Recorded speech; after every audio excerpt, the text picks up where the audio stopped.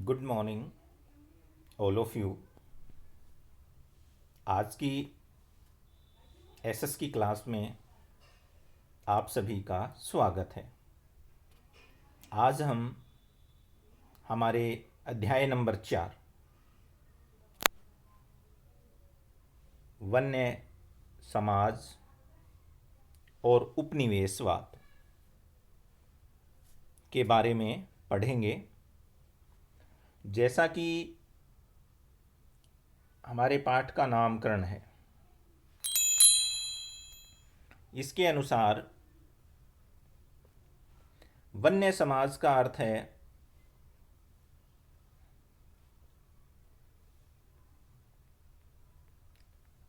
वनों में रहने वाले या वो लोग जिनकी आजीविका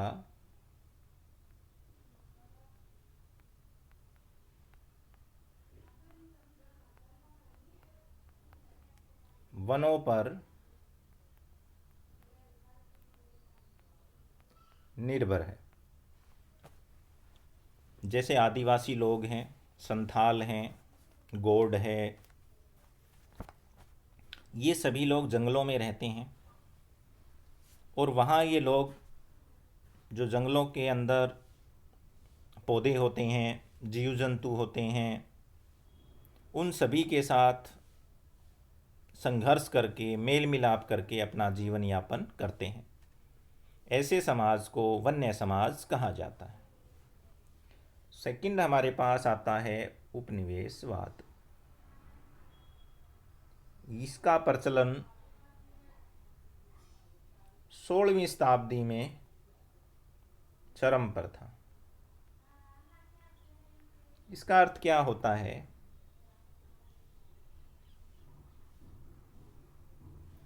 जब कोई देश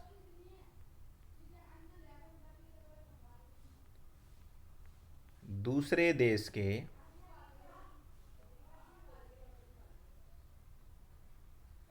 प्राकृतिक संसाधनों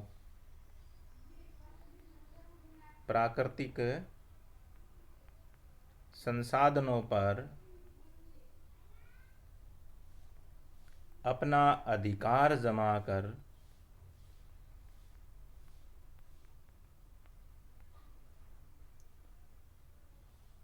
उसका उपयोग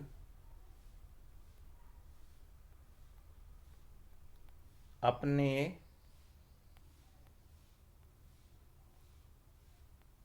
लाभ के लिए करे, ऐसी व्यवस्था को क्या कहते हैं? उपनिवेशवाद कहते हैं। जैसे भारत अंग्रेजों का उपनिवेश था, तो ऐसे ही पूरे विश्व के अंदर जब साम्राज्यवादी ताकतें बढ़ रही थी, उन साम्राज्यवादी ताकतों ने अपने अपने देश का विस्तार करने के लिए, उस देश की जनसंख्या की ज़रूरत को पूरा करने के लिए दूसरे देशों के प्राकृतिक संसाधनों पर अधिकार करना शुरू कर दिया और वहाँ के लोगों को उन प्राकृतिक संसाधनों से वंचित कर अपने देश की भलाई में उन संसाधनों का उपयोग किया। इस पाठ के अंतर्गत हम वनों का जो समाज है वो उपनिवेशवाद से कैसे प्रभावित हुआ उसके बारे में जानेंगे। और वनों के बारे में बहुत ज़्यादा जानकारी यहाँ हमें मिलेगी कि किस प्रकार पृथ्वी का समस्त भाग या तो जल से ढका था या वनों से। बहुत थोड़ी भूमि खेती के लायक थी जिसके ऊपर लोग खेती करते थे। लेकिन जब यूरोप की जनसंख्या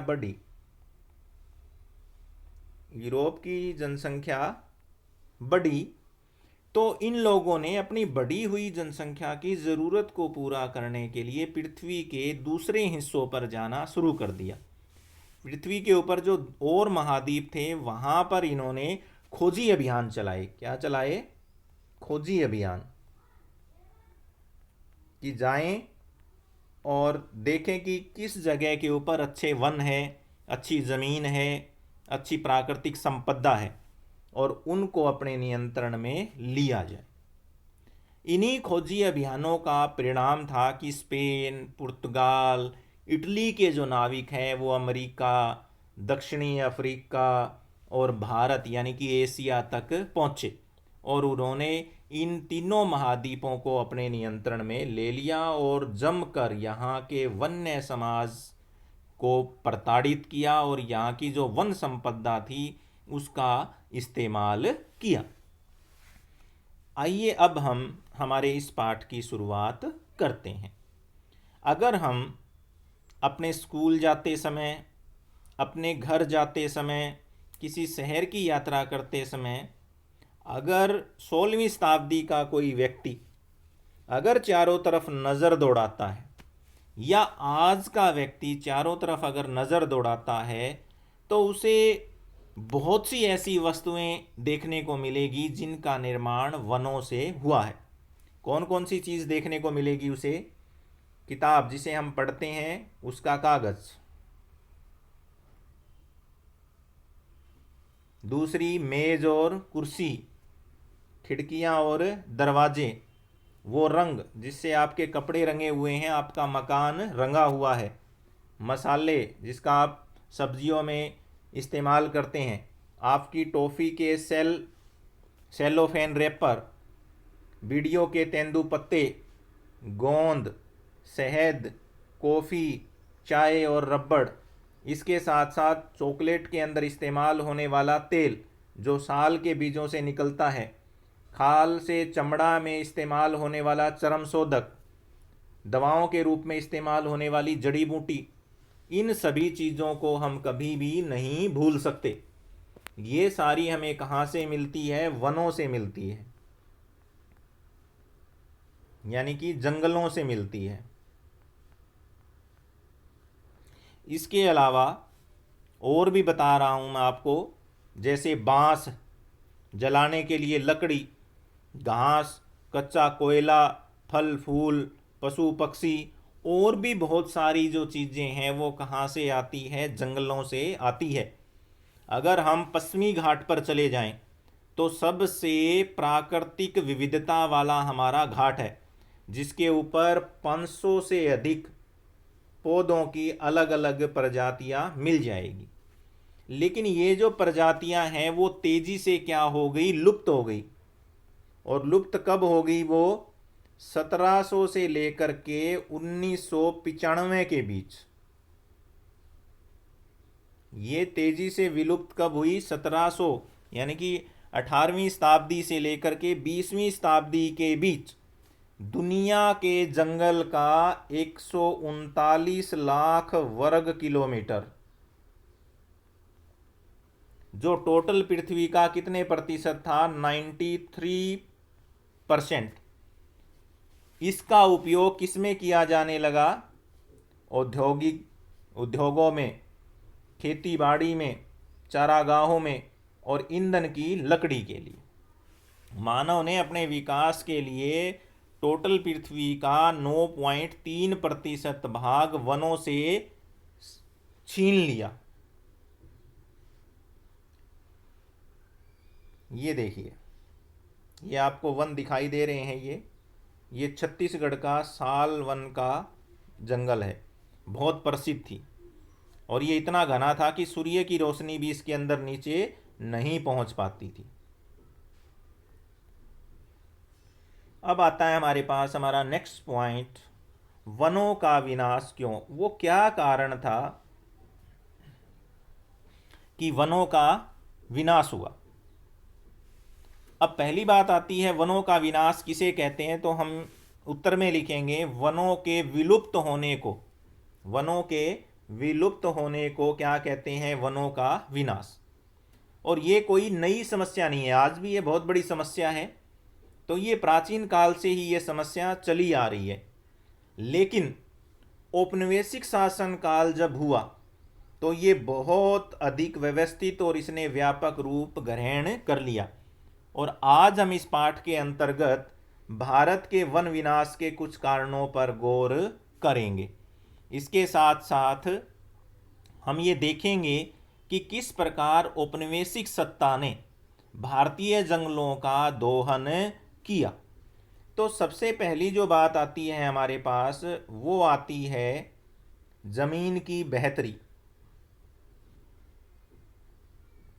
जमीन की बेहतरी का मतलब क्या था कि जो जंगल होते थे उनको लोग अनावश्यक मानते थे, भी ये खड़े हैं, इस जंगल का कोई भी इस्तेमाल नहीं होता। लेकिन जैसे जैसे आबादी बढ़ी, जैसे जैसे आबादी बढ़ी और जनसंख्या की खाद्य उत्पादन को पूरा करने के लिए कृषि क्षेत्र का विस्तार किया गया, तो सबसे पहले किसको काटा गया? जंगलों को। क्योंकि जिस क्षेत्र में जंगल होते हैं वो ज़मीन क्या होती है? उपजाऊ होती है। तो हम अगर भारत की बात करें, जब ईस्ट इंडिया कंपनी भारत में आई थी 1600 ईस्वी में, तब भारत के 1/6 भाग पर खेती होती थी। जो टोटल भारत का भूभाग है वो एट प्रेजेंट में कितना है? 32.8 लाख वर्ग किलोमीटर है। 32.8 लाख वर्ग किलोमीटर है। इसका कितना प्रतिशत भूभाग इस्तेमाल होता था? 1/6। लेकिन जैसे जैसे आबादी बढ़ती गई और खाद्यान्न पदार्थों की मांग बढ़ी, तो किसानों ने क्या किया? जंगल को साफ किया और खेती की सीमाओं का विस्तार किया। लेकिन ये खेती की सीमा का विस्तार सबसे ज़्यादा कब हुआ? औपनिवेशिक काल में, जब भारत अंग्रेज़ों का क्या बन गया? उपनिवेश। और इसकी पहली जो वजह थी वो थी अंग्रेज़ों ने खाद्यान्न फसलों के साथ साथ व्यापारिक फसलों को उगाना शुरू कर दिया। अपने व्यापार की ज़रूरतों के लिए कौन सी फसलों को उगाना शुरू कर दिया? व्यापारिक, खाद्यान्न के साथ साथ। अब वो व्यापारिक फसलें कौन सी थी? गन्ना, कपास, अफीम, नील, चाय, कॉफ़ी। और यूरोप की बढ़ती हुई जनसंख्या का पेट भरने का इन्होंने साथ में प्रयास किया। इसके कारण उन लोगों को इंग्लैंड के अंदर उद्योगों की स्थापना भी हो गई साथ में। किसकी स्थापना होगी? उद्योगों की। अब इन उद्योगों को क्या चाहिए? कच्चा माल। अब वो भी कहाँ से मिलता था? भूमि से मिलता था। इन सभी ज़रूरतों को पूरा करने के लिए जो जंगल थे, जिनको अंग्रेज क्या मानते थे? अनुत्पादक, भी ये किसी भी चीज़ का उत्पादन नहीं करते। ये देखिए, औपनिवेशिक सरकार ने जंगलों को क्या समझा? अनुत्पादक। इनसे कोई भी उत्पादन नहीं होता है। और उनके हिसाब से व्यर्थ का जो बियाबान है, बियाबान का मतलब होता है जंगल, इसके वो खेती करके, इसको अगर हम काट के इस पे खेती करेंगे तो दो फायदे होंगे। एक तो खाद्यान्न मिलेगा, दूसरा क्या मिलेगा? कर मिलेगा, जिसको क्या बोलते हैं? राजस्व, जिससे राज्य की आय में बढ़ोतरी होगी। कंपनी की जो आय है उसमें क्या हो जाएगी? वृद्धि हो जाएगी। इस कारण 1880 से लेके 1920 के बीच जो खेती योग्य जमीन था उसका क्षेत्रफल कितना हो गया? 67 लाख हेक्टेयर बढ़ गया। और खेती के विस्तार को हम किसका सूचक मानते हैं? विकास का मानते हैं भी। जैसे जैसे खेती का विस्तार होगा, खाद्यान्न उत्पादन बढ़ेगा, वह उससे क्या होगा? व्यापार बढ़ेगा। व्यापार बढ़ेगा तो किसानों की स्थिति क्या होगी? मजबूत होगी। लेकिन हमें ये कतई नहीं भूलना चाहिए, अगर हमने खेती का अगर विस्तार किया है तो हमने किसको काटा है? जंगलों की कटाई करनी पड़ती है। सेकंड, अब हमारे पास पॉइंट आता है पटरी पर स्लीपर। ये अब हम इस पॉइंट के अंतर्गत बात करेंगे रेलवे विस्तार की। किसकी बात करेंगे हम? रेलवे की विस्तार की। कि जो 19वीं सदी की जो शुरुआत हुई, तो इंग्लैंड के अंदर एक उद्योग पनप रहा था जिसको बोला जाता था जहाज रानी। क्या बोला जाता था? जहाज रानी उद्योग। क्योंकि जो व्यापार होता था वो किससे होता था? जलयान से होता था। किससे होता था? जलयान से। शुरुआत में जब लोहा और इस्पात नहीं था तो आप सोचिए कि जहाज किससे बनते थे? तो किससे बनते थे? लकड़ी से बनते थे। किसके बनते थे? लकड़ी से। अब जहाज के निर्माण में जो लकड़ी होगी वो क्या चाहिए, लंबी भी चाहिए। कैसी चाहिए, लंबी, मजबूत भी होनी चाहिए और चौड़ी भी होनी चाहिए। क्या होनी चाहिए, चौड़ी। तो इंग्लैंड के अंदर जब जहाज बनाए जाते थे तो इंग्लैंड के अंदर एक पेड़ होता था बलूत, जिसको ओक कहते हैं। क्या बोला जाता है, ओक बोला जाता है। क्या बोला जाता है उसको, ओक। अब उस ओक के जंगल क्या हो गए, अत्यधिक जहाज बनाने से खत्म हो गए। अब जो नौसेना होती है, ये जो जहाज होते हैं जो पानी में चलते हैं, उनकी रक्षा के लिए जो सेना होती है उसको क्या बोला जाता है, नौसेना। अब इस नौसेना के जहाज़ों के लिए लकड़ी की आपूर्ति की समस्या खड़ी हो गई। अब मजबूत और टिकाऊ लकड़ी जब तक नहीं मिलेगी तो अंग्रेजी जहाज नहीं बन सकते, और अंग्रेजी जहाज अगर नहीं बनेंगे तो ब्रिटेन की जो शाही सत्ता है उसको कैसे बचाया जाए। उसको बचाए रखने के लिए बहुत आवश्यक हो गया कि ऐसे जंगलों की तलाश की जाए जहां पर ऐसी मजबूत लकड़ी मिल सकती है। और 1820 में खोजी दस्ते हिंदुस्तान की वन संपदा का अन्वेषण करने के लिए भारत में भेज दिए गए, और एक दशक के भीतर, 10 साल के भीतर भीतर भारी मात्रा में हिंदुस्तान से लकड़ी कहाँ जाने लगी, इंग्लैंड में जाने लगी, और भारतीय वनों का विनाश शुरू हो गया। ये तो था जहाज की वजह से। अब बात आती है दूसरी, वो थी रेलवे का विस्तार। किसका विस्तार, रेलवे का विस्तार। बंदरगाहों पे जो माल उतरता था, कहां पर माल उतरता था, बंदरगाह पर, उसे स्थानीय भागों तक ले जाने के लिए, कहां तक ले जाने के लिए, स्थानीय भागमर, जो सतल भाग है अंदर के, वहां तक ले जाने के लिए किसकी जरूरत पड़ी, रेलवे की। और रेलवे के लिए क्या जरूरत थी, रेल लाइन बिछाने की। किसकी जरूरत थी, रेल लाइन बिछाने की। अब जो रेल लाइन है, इसके जो पटरी होती थी, रेल लाइन की जो पटरी होती थी, उसको कैसे जमीन पर रोका जाए, उसको कैसे रोका जाता था, स्लीपरों से रोका जाता था। दोनों ओर किसके स्लीपर लगाए जाते थे, लकड़ी के। बड़े बड़े चौड़े फट्टे होते थे, किसके, लकड़ी के। उनके ऊपर रेल की लाइनों को रखा जाता था ताकि वो हिले डुले ना। इनके ऊपर जब ट्रेन चले तो वो एक स्थान से दूसरे स्थान पर मूव ना करे, और उसके लिए लकड़ी की बहुत ज़रूरत थी। इस रेलवे लाइन के प्रसार के लिए, शाही सेना के आवागमन के लिए रेल लाइन बहुत ज़रूरी थी, और उसके लिए हमें किसकी ज़रूरत पड़ती थी, स्लीपरों की। और 1 मील लंबी रेल लाइन बिछाने के लिए, 1 मील लंबी रेल लाइन अगर बिछाते थे तो कितने स्लीपरों की ज़रूरत पड़ती थी, 1760 से लेकर के 2000, 1 मील। लेकिन 1860 के दशक में, क्योंकि भारत के अंदर जो रेल लाइन चलनी शुरू हो गई थी वो 1860 के दशक में चली, तो उस दौरान 25,500 किलोमीटर, कितने किलोमीटर रेल मार्ग था, 25,500 किलोमीटर, जो धीरे धीरे 1946 में आके कितना हो गया, 7,65,000 किलोमीटर। अब आप सोचिए, इतने किलोमीटर लंबे रेल मार्ग के लिए कितने स्लीपरों की ज़रूरत पड़ेगी। तो इन रेल लाइनों के प्रसार के लिए अकेले मद्रास जो प्रेसिडेंसी थी, ये मैं थोड़ा सा बता देता हूँ कि ये प्रेसिडेंसी क्या होती थी। ध्यानपूर्वक आप इसको जो पढ़ेंगे और देखेंगे भी। प्रेसिडेंसी का मतलब था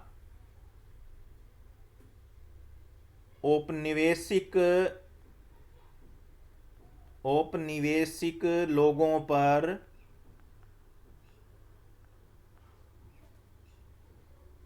जिस स्थान से शासन चलाया जाता था, शासन चलाया जाता था। जैसे कि भारत के ऊपर 3 प्रकार के प्रेसिडेंसी शहर थे, इनको राजधानी भी बोला जाता था। यहाँ से सारे शासन की गतिविधि चलाई जाती थी। कौन कौन सी थी, मद्रास नंबर 1, नंबर 2 बम्बई, जिसे आजकल आप मुंबई कहते हैं, और नंबर 3 कलकत्ता, जिसे आजकल आप कोलकाता कहते हैं।